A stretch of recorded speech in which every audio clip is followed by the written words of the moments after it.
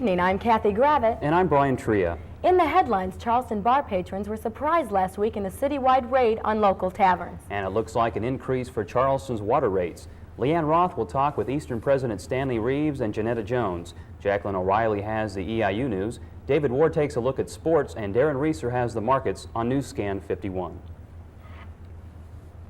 Last week, Charleston bar patrons were asked to prove their age in a citywide search for underage drinkers. Mark Shabateri has this report.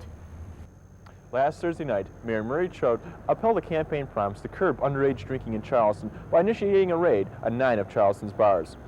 This is a follow-up on that promise that I made to the people of Charleston, that we would try to eliminate the frequency of teenagers from Charleston and other surrounding cities coming to Charleston or being in Charleston and going to the bars and being served alcoholic beverages who were underage.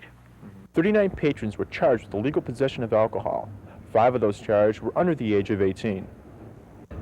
Mayor Choate stated that Thursday night's raid would not be the last that Eastern Illinois students would have to contend with, as a follow-up check would be initiated. We'll probably have periodic checking of the bars in mass with the entire force used as it was previously in this last raid, if you will, or check. And we hope that by using these methods that we'll bring things back into the realm of focus where they should be in terms of the law. For all those Eastern students who felt that age 19 was the legal drinking age in Charleston, this administration is trying to change that. For News Scan 51, I'm Mark Shabateri. Eastern Illinois University will begin testing its coal conversion project on April 1st, according to the Charleston Times-Courier. The project will switch the university's heating and cooling systems from natural gas to coal. This project will also reactivate 3 coal-fired boilers and modify 2 existing gas-fired boilers to burn either oil or gas.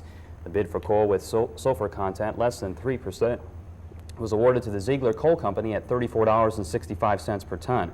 According to Dr. Verna Armstrong, Vice President for Administration and Finance, the testing period is scheduled to last through June 30th, but it shouldn't take that long. Friday, during a special meeting, the City Council placed on file for public inspection an ordinance outlining the city's plan for paying its share of the water sewer project. According to the Times-Courier, the council has been advised to increase water rates to pay for the bonds and to make up for a 50% increase in the cost of producing water. At the meeting, the council heard of concerns of Eastern Illinois University and city residents on how they could bear the burden of the proposed increases. With the proposed increase, the university's annual water bill will increase $300,000 to $729,000. EIU's Vice President for Administration and Finance, Verna Armstrong, said it would be extremely unlikely that the university would be able to get a supplement to the fiscal year '87 budget because it has already been approved by the Board of Governors and the Illinois Board of Higher Education. Murray Mayor Choate feels there is a way for the university to pay for the increase. Choate said there have been instances when the university had the money to pay a new cost and deferred it to another budget. Approval of the guidelines for the Illinois Department of Commerce and Community Affairs grant are expected to come up at Tuesday night's council meeting. According to the Times-Courier, the grant for $340,000 will allow for the rehabilitation of 40 North Park area homes that are owner-occupied. The grant administrator, Terry Sharp, says that when the guidelines are approved, letters will be sent to the 142 homes in the area explaining the program. Applications will be accepted as soon as the letters are sent. Sharp says an average of $10,000 will be sent to rehabilitate each of the 40 homes. The maximum amount will be $13,000. At this point, Sharp says a minimum of 18% of each project will have to come from a Farmers Home Administration grant or loan. Sharp says he is trying to persuade the Department of Commerce and Community Affairs to ease up on the rule. The goal of the grant is to bring the homes into compliance with local code requirements and federal housing and urban development cost-efficient energy conservation standards. A hearing for a rural Neoka man will be held this Friday. 26-year-old Douglas Fox has been charged with attempted murder following a scuffle with Cumberland County Sheriff Luke Holsapple. Fox made his initial court appearance last Friday. In addition to attempted murder, Fox has been charged with assault, aggravated battery, and armed violence. Fox is currently being held in Cumberland County Jail under $100,000 bond. The Charleston Area Chamber of Commerce held their annual dinner on Saturday to honor Charleston's new outstanding citizen. The Times-Courier reports that the recipient of the award was Mildred Hofacker. The president of the Chamber's board, Jan Gruhl, said that Hofacker was chosen for the award because of her willingness to serve the community. Hofacker's list of services is a long one. She is actively involved with the development of the Greenwood School Museum.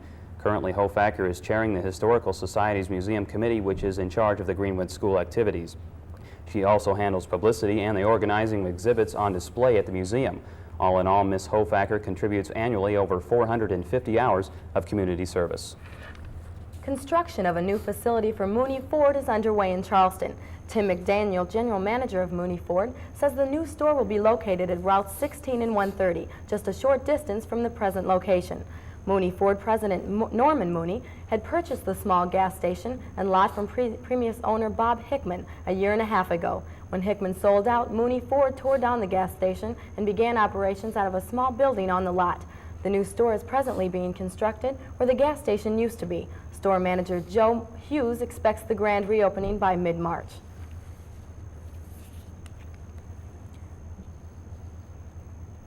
Students and workers nationwide celebrated Martin Luther King Jr.'s 57th birthday today as a 10th federal holiday was added to the calendar. King was born on January 15th. This is the first time Americans honor him officially on such a widespread basis. The Nobel Peace Prize winner has been honored in the civil rights movement. In this area, King's accomplishments were noted by the renaming of Eastern Student Union in 1971. His viewpoints and speeches touched the hearts of many Americans. Eastern's journalism instructor James Saunders noted that this new holiday is welcome and added that Dr. King wanted equality for all people and not just for the minorities. Eastern Student Body President Floyd Akins also felt the same way in saying that he believes in everything King stood for, especially freedom for everyone. The general feeling about honoring King among students and faculty was that it's about time King received the recognition he deserves. That's the news. I'm Cathy Gravitt. And I'm Brian Tria. Leanne Roth has a guest. Good evening, everyone. Dr. Reeves, first of all, I want to say thank you on behalf of the WEIU News crew and News Scan 51 crew for making all of this possible. It was really all due to you that we finally got on the air and being here for our premiere broadcast. Well, thanks, Leanne, but that's not really true. I came to the university in 1980, and one of the first things that happened was I sat down with then President Dan Marvin, and he said, we're going to have a lab that is first class for our media programs, and you're going to help me do it. And so it was really Dan Marvin who generated the idea, which has taken now several years to bring to reality. One of the first things we did is go out and find John Bebout to serve as the director of the center, and then he gave us direction, and there have been all kinds of things culminating last July for one in putting WEIU FM on the air. And then we went through the whole licensing process with FCC, and hopefully on July 1 we'll put WEIU on the real air. So it's been a long process, and it's fun to see it come to reality. Well, now that we've initiated our daily broadcasts, what do you think its effect will be on the students and the people in the community? Well, I look for good things to happen. As you know, this area is not served directly by a television facility. We rely on Terre Haute and Decatur and Champaign-Urbana and so forth. And that means that we've not had some opportunities available which can be available to the community. Fundamentally, this facility is going to serve as a laboratory for students to train them for the real world of radio and television, something I understand you hope to do. Mm-hmm. But as an outcome of that, there'll be some community service that simply wasn't available before. When we bring guests to the campus, I see the opportunity for people who, for whatever reason, can't get out, to see those people having the opportunity to interact with them. But the primary purpose is really students in providing an academic laboratory for our academic programs.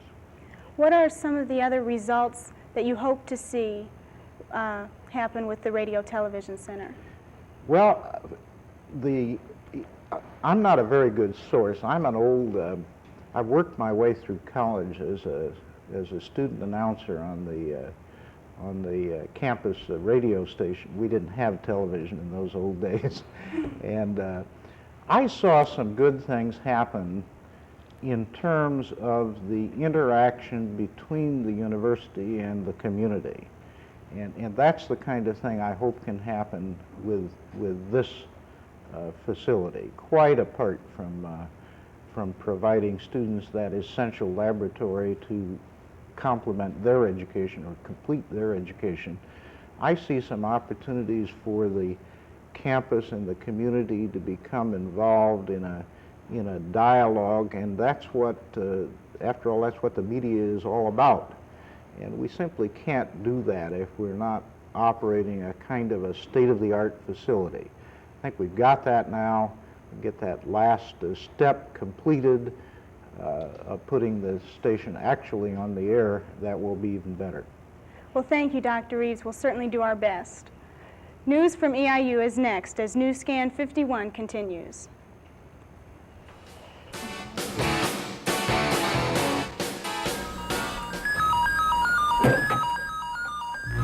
The Eastern Illinois University Radio and Television Center brings you a variety of early morning and afternoon programs.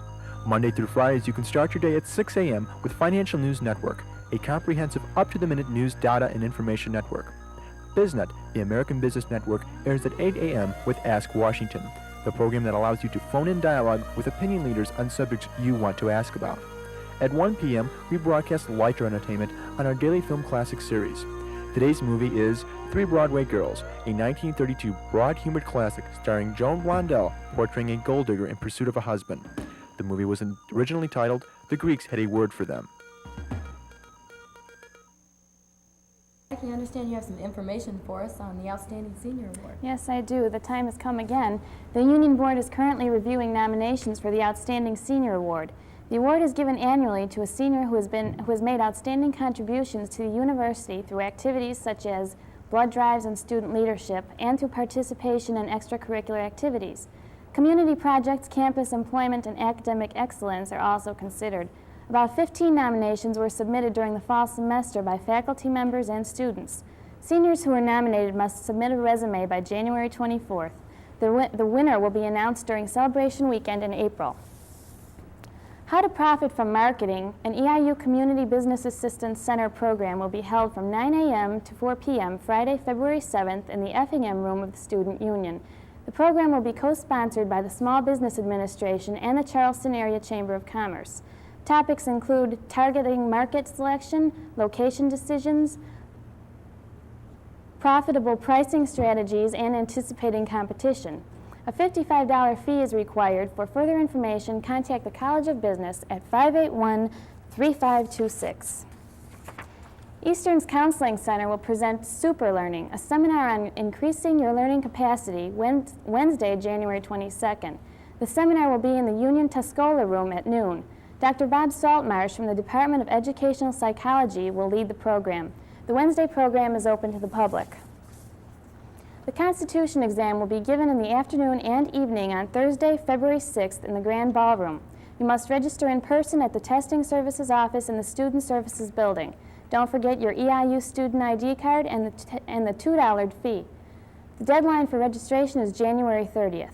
This is the last time that the exam will be offered this semester. The deadline for dropping a class and having no entry for the class on your permanent record is Wednesday, January 22nd at 4:30. Tickets remain on sale for Friday's John Cafferty and the Beaver Brown Band concert in the Lance Building. Tickets are $6 for students with a valid ID and $8 to the public. The tickets are available at the Union Ticket Office, Mazuma Records in Charleston, and Mr. Music in Mattoon. Registration for workshops in the Union Craft Depot has begun and will continue through February 10th. 5-week workshops and mini-workshops will be offered on such crafts as pottery, stained glass, candle making, and soft sculpture baby dolls. There will also be a special workshop offered on making stone hens. The average cost for each workshop is $25, and the cost for mini-workshops will be $7 plus supplies. The craft facilities and workshops are open to all university faculty, staff, alumni, and community with the purchase of a $5 semester membership card. That's Eastern Illinois University News. Cathy has a look at the weather. Forecast Wednesday through Friday. Cloudy Wednesday with a chance of rain. High in the low 40s with lows in the 30s. Fair and cold Thursday and Friday. Lows in the 20s and highs in the 30s. In the Charleston-Mattoon area, tonight partly cloudy with low in the lower 30s. And tomorrow partly sunny and warmer with winds in the southeast, 5 to 10 miles per hour. Low or mid-50s. Leanne has another guest. Joining me now is Janetta Jones. She's the Director of Afro-American Studies here on campus. Ms. Jones, we've all been saturated up to now with this being the first national holiday of Martin Luther King's birthday. Can you remind us, though, why Eastern has celebrated or observed his birthday long before it became a federal holiday? Well, I'm not quite sure why, but I know that I always enjoyed it because we do registration and then we'd come back and we'd have Martin Luther King's birthday. And I always thought it's nice that Eastern recognizes how important King was to American society before it was a national holiday. Well, what sort of qualities did King have that made him such a great man? Well, first, King was a man. He was human. He had virtues and he had vices. But he was that special kind of person who is willing to make the sacrifice in order to make American society a better place to live. You have to remember that at 26 years old, he was picked to head the Montgomery bus boycott simply because he was articulate, he could negotiate well with the white community, but even more importantly, he didn't have any enemies in Montgomery because he'd only been in town for a year. And 13 years later, when he died in 1968, you had riots because he meant so much both to black and white America. Martin Luther King had that unique ability to articulate the desires of black America and yet say to white America, you're guilty as sin, but you can redeem yourself, and together we'll get to heaven. And that's something that most people don't have. Now, what about the fact that he is the first black man in our history to be given a national holiday? Well, more than just the first black man. There are only 3 people who have been given national holidays. 2 presidents and a black Baptist preacher. George Washington, everybody can understand because he's the founder of the country. Abraham Lincoln, because he held the country together through a bloody civil war. Martin Luther King, I think not only because he's the first black man, but because he helped America reshape itself in a peaceful, nonviolent manner. All you have to do is look at how lucky we were to have change peacefully compared to South Africa today, where in the last year 1,000 people have been killed, and ultimately it's going to take a bloody race war before that society has reshaped itself. So we were very, very fortunate to be able to reshape our country peacefully. And I think basically it was because of the type of leadership that King provided. He was a conservative militant. I will negotiate with you, but I'll keep up the pressure. We will talk, but if you don't at least talk to me, I will put a picket line around your building. Well, what do you think that he has to say, or his memory has to say, to the children of today, very quickly? One man can make a difference, and you can reshape America if you try hard enough. Thank you. Thank you for being with us, Ms. Jones. My pleasure. David Ward has a look at sports next as News Scan 51 continues.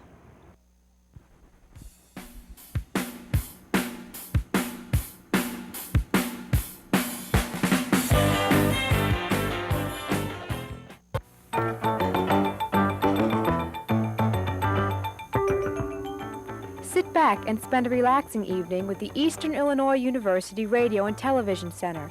Following the News Scan 51 program at 6:30 p.m. is Coach's Corner. Tonight, Eastern Sports Information Director Don Koich interviews head basketball coach Rick Samuels. They will be reviewing the Western Illinois-Wisconsin Green Bay game, and they will be previewing the upcoming Cleveland State-Valparaiso game.